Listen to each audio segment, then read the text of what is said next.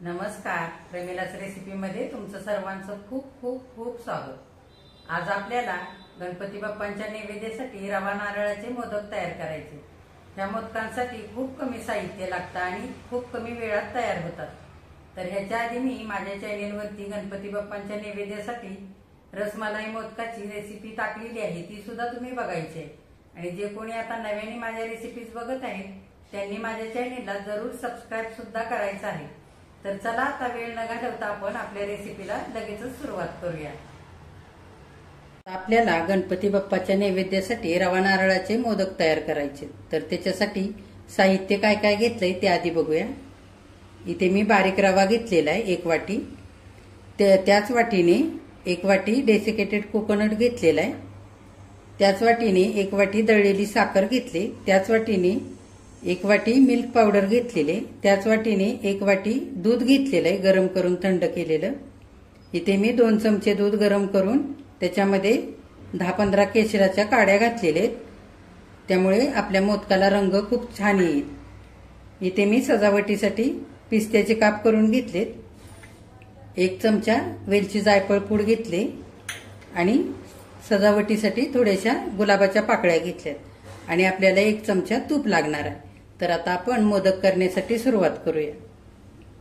आता मोदक करण्यासाठी गॅसवरती मी पॅन ठेवलेला आहे, पॅन गरम झालेला आहे।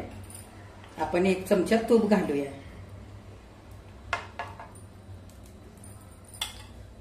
आणि आता तूप चांगलं वितळू द्यायचंय। आता तूप चांगलं गरम झालेलं आहे, आपण हा बारीक रवा घालूया। तुमच्याकडे जर बारीक रवा नसेल तर तुम्ही जाड रवा मिक्सरला वाटून बारीक असा करून घेऊ शकता। आता आपल्याला रवा बारीक गॅसवरती चांगला परतवून घ्यायचा आहे सुगंध सुटेपर्यंत।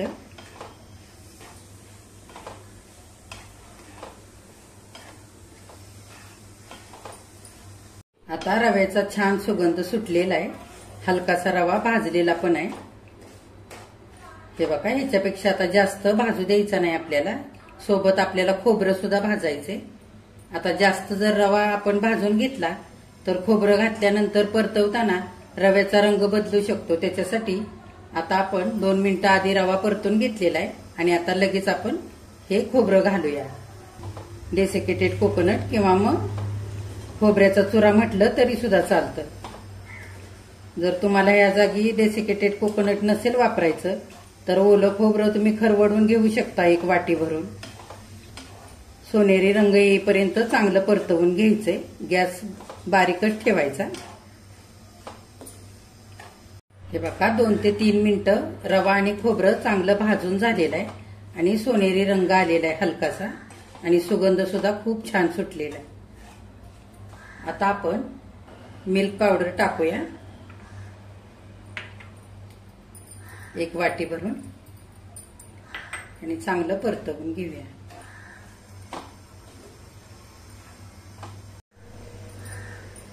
आता सगळं साहित्य परतवून झालंय, आपण हे वाटीभर घेतलेलं दूध घालूया आणि चांगलं मिक्स करून घेऊया। हे बघा, दूध घातल्यानंतर चांगलं मी 1 मिनिटभर परतवून घेतले। खोबरा आणि रवा चांगला मोकळा मोकळा झालेला आहे। आता आपण 1 वाटी साखर दळलेली घालूया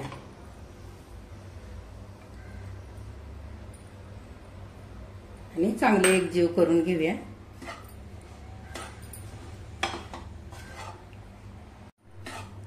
साखर आता एकजीव झालेली आहे मिश्रणामध्ये सगळ्या।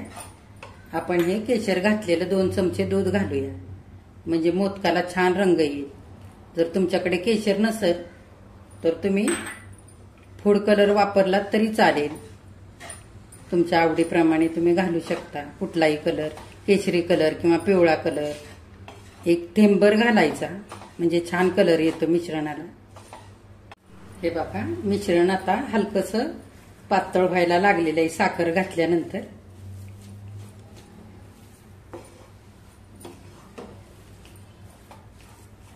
आणि रंग पण किती सुरेख आलाय केशर घातलेला।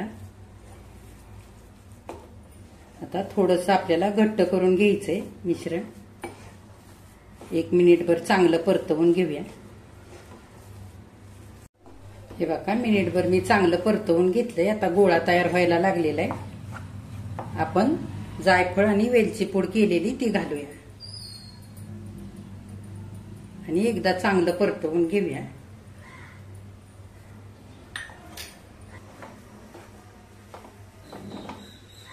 बघा, वेलची आणि जायफळची पूड घातलेली चांगली एकजीव सगळ्या मिश्रणामध्ये करून घेतली. तुम्हाला जर आवडत असेल तर तुम्ही काजू बदामाचे काप सुद्धा घालू शकता. आता आपण गॅस बंद करूया आणि हे मिश्रण 5 ते 7 मिनिटांसाठी झाकून ठेवूया, म्हणजे हलकसं थंड होईल. आता 7-8 मिनिटं झालेले.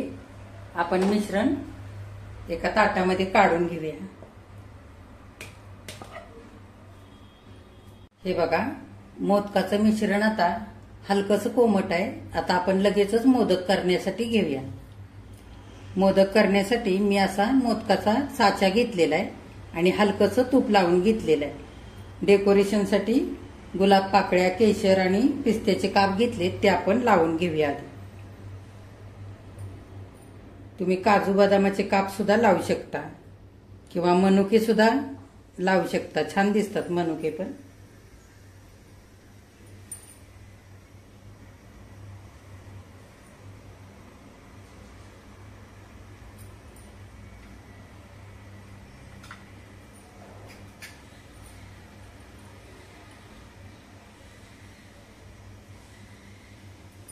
आता आपण हे मिश्रण भरून घेऊया.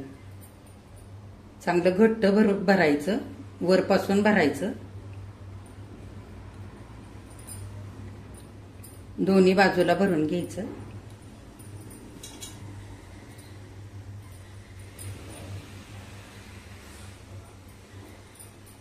आणि हा साचा आता असा मिटवून घ्यायचा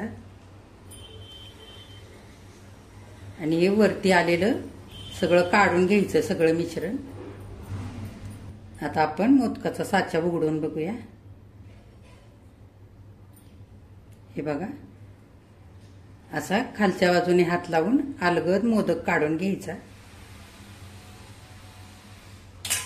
आणि हे जास्तीचं काढून घ्यायचं.